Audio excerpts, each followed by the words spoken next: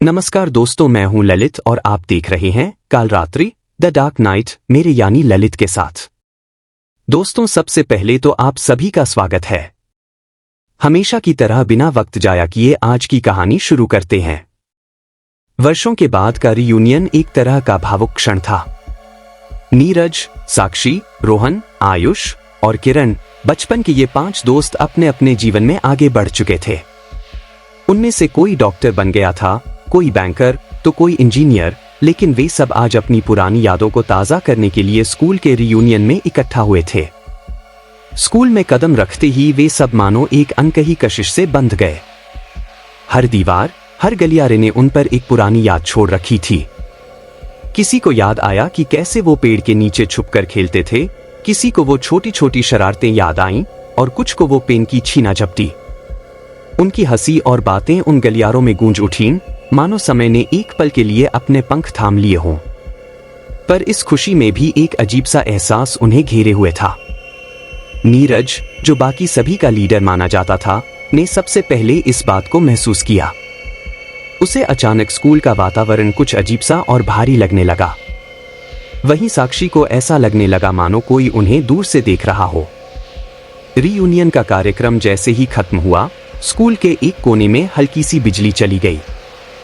हलचल होने लगी और लोग बाहर की तरफ जाने लगे। लेकिन इन दोस्तों के मन में एक अजीब सी जिज्ञासा जाग उठी। क्या तुम सबको याद है वो बंद पड़ी विंग? नीरज ने धीमे से कहा। सभी ने सहमति में सिर हिलाया। वो विंग जहां कोई नहीं जाता था और जिसके बारे में कहा जाता था कि वहां कुछ गलत हुआ था। आखिरकार सभी उस दिशा में बढ़ गए। गलियारे के अंत में वे एक पुराने दरवाजे के पास पहुंचे। दरवाजे पर लगी लोहे की कुंडी पर जंग लगी हुई थी और हल्की सी खटपट की आवाज भी आ रही थी। ऐसा लगता था मानो यह दरवाजा सालों से बंद पड़ा हो और उसके पीछे समय ठहरा हुआ हो। जैसे ही उन्होंने दरवाजा खोला, सामने एक लंबा गलियारा था। हल्की चांदनी उसमें झांक रही थी, पर उसके बावजूद वहां अंधेरा और सन्नाटा फैला हुआ था। उस गलियारे की हवा ठंडी और भारी महसूस हो रही थी, मानो उनकी सांसें भी वहां रुक सी गई हों। अचानक किरण की आवाज आई, तुम्हें भी ठंड महसूस हो रही है? और सभी ने सहमति में सिर हिलाया। उस गलियारे में कदम रखते ही चारों तरफ से एक अजीब सी ठंड और सिहरन उनके दिलों में बस गई थी। गलियारे की दीवारें भी जैसे उनके कदमों की हलचल सुन रही थीं। नीरज ने हिम्मत करके सबसे आगे कदम बढ़ाया और बाकी उसके पीछे पीछे चल दिए। आगे बढ़ते हुए उन सबको ऐसा लगने लगा जैसे कोई उनके पीछे है, परंतु पीछे देखने की हिम्मत किसी में नहीं थी। वे उस ठंडे, अंधेरे गलियारे में धीरे धीरे चलते रहे और उनके हर कदम के साथ वातावरण और भी भयानक होता जा रहा था। ऐसा प्रतीत हो रहा था कि यह गलियारा सिर्फ एक शारीरिक स्थान नहीं, बल्कि उनकी आत्मा के भीतर भी उतरता जा रहा था। थोड़ी दूर चलने के बाद वे एक बड़े कमरे के पास पहुंचे, जो पुराना और रहस्यमय लग रहा था। कमरे के बाहर सिर्फ शिक्षक का बोर्ड लगा हुआ था, परंतु यह किसी शिक्षक का कमरा नहीं था। उस कमरे में प्रवेश करते ही वे सभी ठिठक गए। कमरे में एक रहस्यमयी वस्त्र में ढकी अलमारी थी और उसके सामने एक पुराना, धूल धूसरित सोफा था। एक पुरानी दीवार घड़ी की धीमी टिक टिक की आवाज मानो उस सन्नाटे को चीरती हुई उनके कानों में घुस रही थी। दीवारों पर टूटे फूटे पोस्टर, पुरानी कापियों के पन्ने और कुछ फटी पुरानी तस्वीरें लगी हुई थी। कमरे के एक कोने में साक्षी को अपनी पुरानी डायरी का एक पन्ना पड़ा मिला। उसमें उनकी बचपन की कुछ बातें और अजीब सी घटनाएं लिखी थीं। वे सभी समझ नहीं पा रहे थे कि उनकी चीजें यहाँ कैसे हो सकती हैं। कमरे में बढ़ते कदमों के साथ उनके दिल की धड़कन भी बढ़ती जा रही थी। ऐसा लगता था मानो वहां पर कोई छुपा हुआ राज है जो उनके आने का इंतजार कर रहा था। उन्हें इस बात का अंदेशा नहीं था कि यहाँ पर आने का फैसला उनके लिए किस तरह का खतरा साबित हो सकता है। कमरे में गहराई तक जाने के साथ ही नीरज, साक्षी, रोहन, आयुष और किरण को हर ओर एक अनजानी सिहरन महसूस होने लगी थी। दीवारों पर लगी तस्वीरों और पुराने सामान ने उनकी यादों के तहखानों को फिर से खोल दिया। हर एक चीज में मानो कोई अनकहा डर छिपा हुआ था, जो उनके मन को डर और बेचैनी से भर रहा था। जैसे ही साक्षी पुरानी किताबों को छूती है, कमरे के एक कोने से धीमी सी सरसराहट की आवाज सुनाई देती है। सभी की नजरें उस ओर मुड़ जाती हैं जहां एक पुरानी अलमारी के दरवाजे धीरे धीरे हिल रहे थे। सबके कदम अपने आप अलमारी की ओर बढ़ने लगते हैं। अलमारी खोलते ही एक धूल भरा कागज का टुकड़ा दिखाई देता है जिसमें धुंधले शब्द लिखे होते हैं, तुम सब मेरे गुनहगार हो, तुम्हारे लिए न मुक्ति है न शांति। आज के बाद हर रात तुम्हें यहां बुलाया जाएगा। यह पढ़ते ही कमरे में अचानक से ठंड और भी बढ़ जाती है और उनकी रूह कांप उठती है। अचानक आयुष को अपने सिर में एक भयंकर दर्द महसूस होता है और वह जमीन पर गिर पड़ता है। उसके सामने अंधेरे में एक धुंधली सी छवि बनने लगती है, एक लड़की की जो स्कूल की पोशाक में है और रो रही है। उसकी आंखों में भयानक दर्द और नफरत झलक रही है। आयुष की आंखें बंद होती हैं और वह चिल्लाकर कहता है, हमने क्या किया था? इस दृश्य को देखते ही रोहन और किरण को भी कुछ धुंधली घटनाएं याद आने लगती हैं। सबके चेहरों पर अब सवालों के साथ साथ डर भी साफ नजर आने लगता है। उन्हें महसूस होता है कि यह सब उनके अतीत से जुड़ा है, लेकिन वे ठीक ठीक कुछ याद नहीं कर पा रहे। जैसे ही वे कमरे से बाहर निकलने की कोशिश करते हैं, दरवाजे के पास एक बड़ी छाया दिखाई देती है। वह छाया धीरे धीरे आकार लेती है और एक परछाई की शक्ल में उनके सामने प्रकट होती है। उस परछाई से एक कड़वी आवाज सुनाई देती है, तुम लोग मेरी मौत के जिम्मेदार हो, अब तुम्हारा अंत करीब है। आवाज में एक ऐसी घृणा और दर्द है कि उनके पैर जैसे जमीन में चिपक गए हों। नीरज हिम्मत करके पूछता है, तुम कौन हो? हमने ऐसा क्या किया है? परंतु जवाब में केवल हंसी की भयानक आवाज आती है जो कमरे के हर कोने में गूंजने लगती है। साक्षी घबराकर दरवाजे की ओर दौड़ती है, लेकिन जैसे ही वह दरवाजे के पास पहुंचती है, दरवाजा अपने आप बंद हो जाता है। कमरे की खिड़कियां अचानक से तेज हवा के झोंकों के साथ बजने लगती हैं, मानो कमरे में कोई तूफान चल रहा हो। चारों ओर से आती भूतिया आवाजें और सन्नाटा उनके दिलों में डर को और गहरा कर देती हैं। एक एक करके सभी दोस्त खिड़की और दरवाजों पर वार करते हैं, लेकिन दरवाजा और खिड़कियां जैसे उन्हें बाहर जाने की इजाजत नहीं देना चाहती। अचानक से कमरे की दीवार पर उनकी स्कूल के समय की एक पुरानी तस्वीर प्रकट होती है। उसमें वे सभी दोस्त उस लड़की के साथ खड़े हैं जिसकी छवि आयुष ने देखी थी। तस्वीर में वह लड़की रोती हुई दिखाई दे रही है और बाकी सभी दोस्तों के चेहरे पर एक रहस्यमयी मुस्कान है। यह देखकर उनके मन में एक भयानक सच का आभास होने लगता है, शायद उन्होंने उस लड़की के साथ कोई ऐसा काम किया था जिसकी कीमत अब वे चुका रहे हैं। कमरे में गूंजती हुई वही ठंडी आवाज फिर सुनाई देती है, याद करो उस दिन को जब तुमने मेरे साथ खिलवाड़ किया था, जब तुम्हारी वजह से मेरा जीवन खत्म हो गया था। अभी तक सिर्फ डर से भरे उनके दिल में अब अपराध बोध और पछतावे की भावना भी आ जाती है। वे जानते हैं कि उन्हें उस घटना के बारे में याद करना ही होगा, वरना यह आत्मा उन्हें कभी नहीं छोड़ेगी। इस तरह यह रहस्य और भय का जाल उनके चारों ओर कसता जाता है। उन्हें समझ नहीं आता कि आत्मा के इस क्रोध से कैसे बचें और उन्हें कौन सा ऐसा भयानक सच याद करना है जो उन्हें उनकी मुक्ति की ओर ले जा सके। कमरे में घुटन और डर का माहौल बढ़ता जा रहा था। नीरज, साक्षी, रोहन, आयुष और किरण को लगने लगा था कि वे किसी जाल में फंस चुके हैं जिसे उन्होंने खुद अनजाने में बुन रखा था। उस आत्मा की आवाज और दीवार पर प्रकट हुई तस्वीर ने उन्हें अतीत में झांकने पर मजबूर कर दिया। आत्मा के साए में उनके अंदर का अपराध बोध अब धीरे धीरे उभरने लगा था।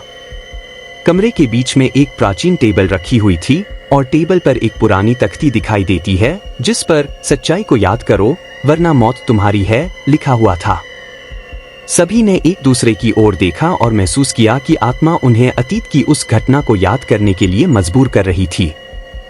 पर क्या वह घटना वाकई में इतनी डरावनी थी कि आत्मा उनसे इस तरह का बदला लेना चाहती थी?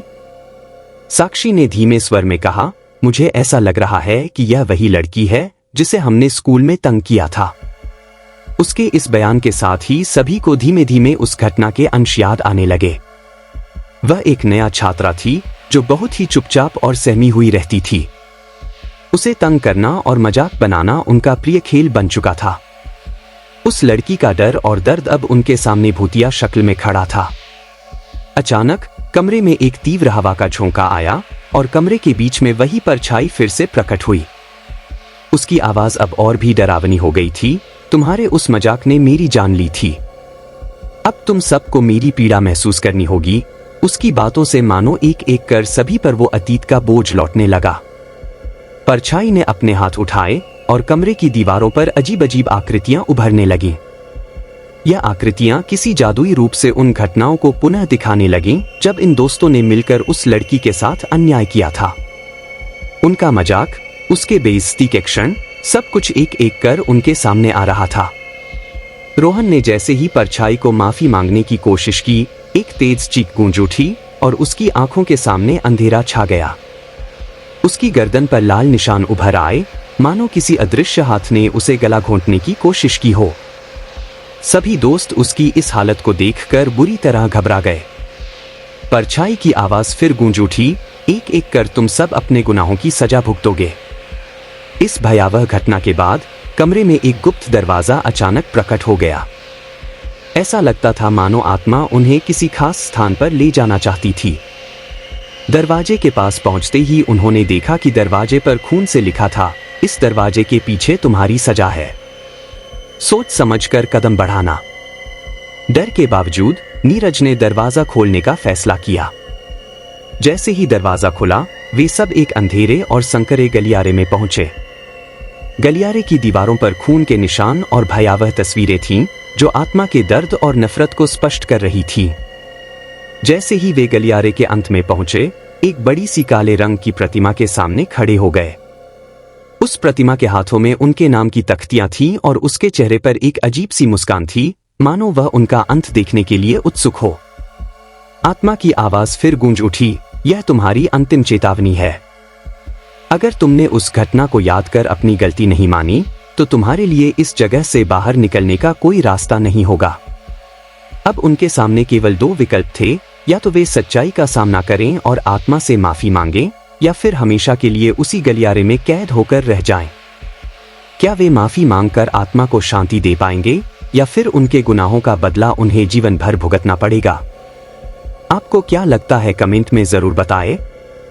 और यह स्टोरी आपको पसंद आ रही है तो इस तरह की और कहानियां सुनने के लिए कमेंट में मोर लिखना न भूलें।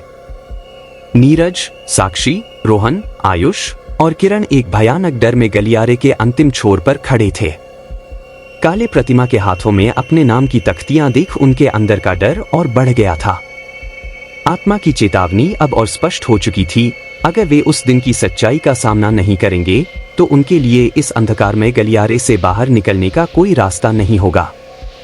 साक्षी ने कांपते हुए कहा, हमें आत्मा से माफी मांगनी चाहिए, शायद इससे हमें माफी मिल जाए। परंतु नीरज ने उसे रोका, क्या तुमने उस दिन की सारी बातें सच में याद की हैं?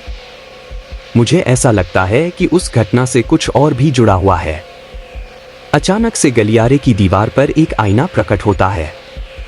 वह आईना बहुत धुंधला था, लेकिन धीरे धीरे उसमें उनकी पुरानी यादों की तस्वीरें दिखाई देने लगीं।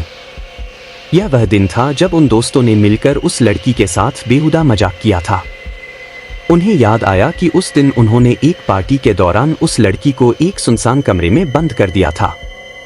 उसने वहां से बाहर निकलने की बहुत कोशिश की, लेकिन उनकी हंसी और ताने सुनकर वह डरी हुई और असहाय हो गई थी।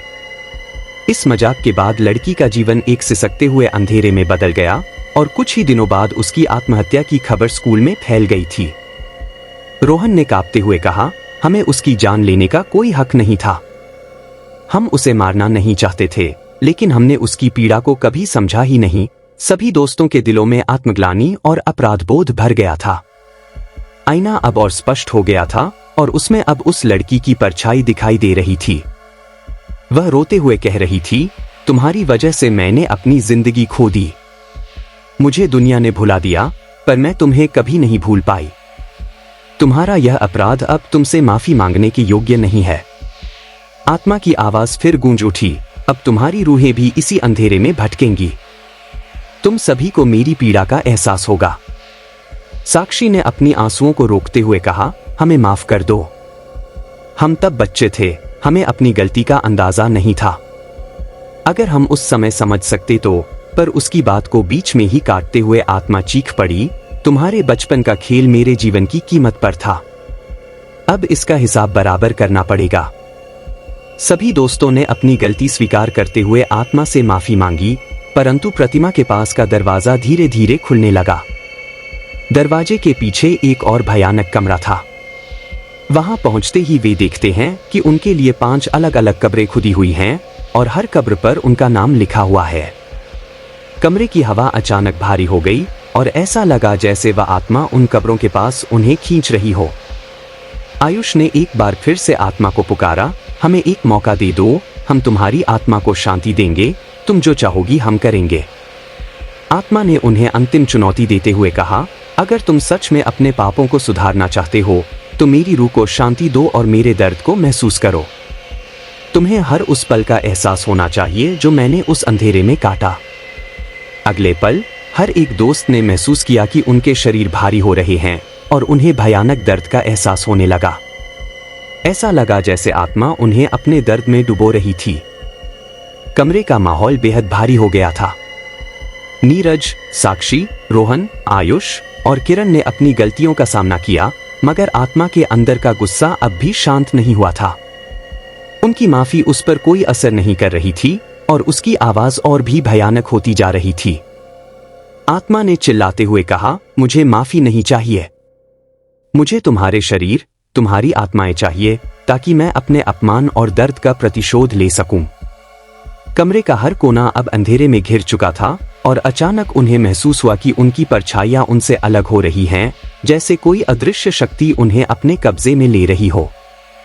सभी ने दरवाजे की ओर भागने की कोशिश की, लेकिन हर बार जैसे ही वे भागने की कोशिश करते, अंधेरा उन्हें और करीब खींच लेता। उनकी परछाइयों ने एक अजीब सा आकार ले लिया था। वे अब उनके भयावह रूप में बदल गई थीं और उनके चेहरे पर दर्द के भाव झलक रहे थे। आत्मा ने सबसे पहले नीरज की ओर इशारा किया। अचानक उसकी परछाई नीरज पर टूट पड़ी। उसके चेहरे पर भय का भाव स्थिर हो गया। उसकी आवाज गले में दब गई और अगले ही पल वह जमीन पर गिर गया। किसी भयानक और अनदेखे दर्द में फंसे नीरज की चीखें उस पूरे कमरे में गूंजने लगीं और वह हमेशा के लिए शांत हो गया। बाकी दोस्तों ने यह देखकर और भी घबराहट में एक दूसरे को पकड़ा, मगर आत्मा एक एक कर हर एक को निशाना बना रही थी। अगली बारी साक्षी की थी, जिसकी परछाई ने उसे अपने में समेट लिया। उसके चेहरे पर भी वही स्थायी डर का भाव जम गया और कुछ पलों के बाद उसकी आंखें भी हमेशा के लिए बंद हो गईं। आयुष, रोहन और किरण ने आत्मा से फिर माफी मांगी, लेकिन आत्मा अब उनके पास नहीं आ रही थी। उनकी परछाइयां एक एक कर उन्हें निगल रही थी।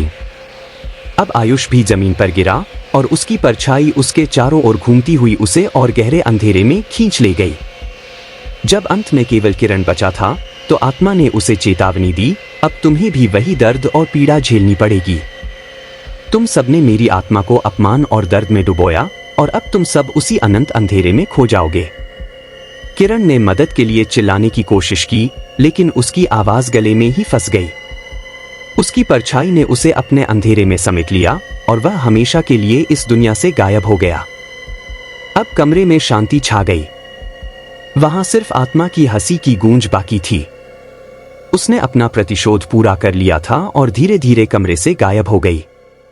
मगर उस अंधेरे में उनके भटकती हुई परछाइयों की सिसकियां हमेशा के लिए बसी रह गई। इस कहानी का अंत अब नहीं था। उन दोस्तों की रूहें उसी अंधेरे कमरे में सिसकियों के साथ अनंत काल तक भटकती रहीं और अब जो भी उस सुनसान विंग में जाने की हिम्मत करता, वह उनकी भयानक चीखों और पीड़ा का सामना करने को मजबूर होता। दोस्तों, कैसी लगी आपको ये आज की कहानी? कमेंट करके बताएं, वीडियो को लाइक करें और शेयर भी करें। कल रात्रि द डार्क नाइट चैनल को सब्सक्राइब करना ना भूलें। मैं आपका दोस्त ललित आपसे विदा लेता हूं। मिलते हैं अगले एपिसोड में एक नई कहानी के साथ।